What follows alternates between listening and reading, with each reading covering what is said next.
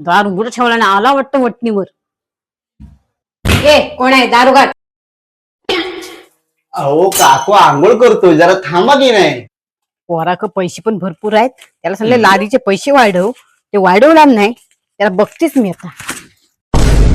काकू तुम्ही काय करताय? तुम्ही किती वर्ष माझ्या घरी काम करताय आणि चक्क चोरी करताय माझ्या घरात. हे बघ हे तुझे पैसे नाही देत, काय करायचं करून घे.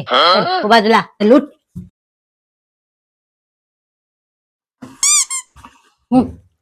काय सगळी घाण करून टाकली लादीची.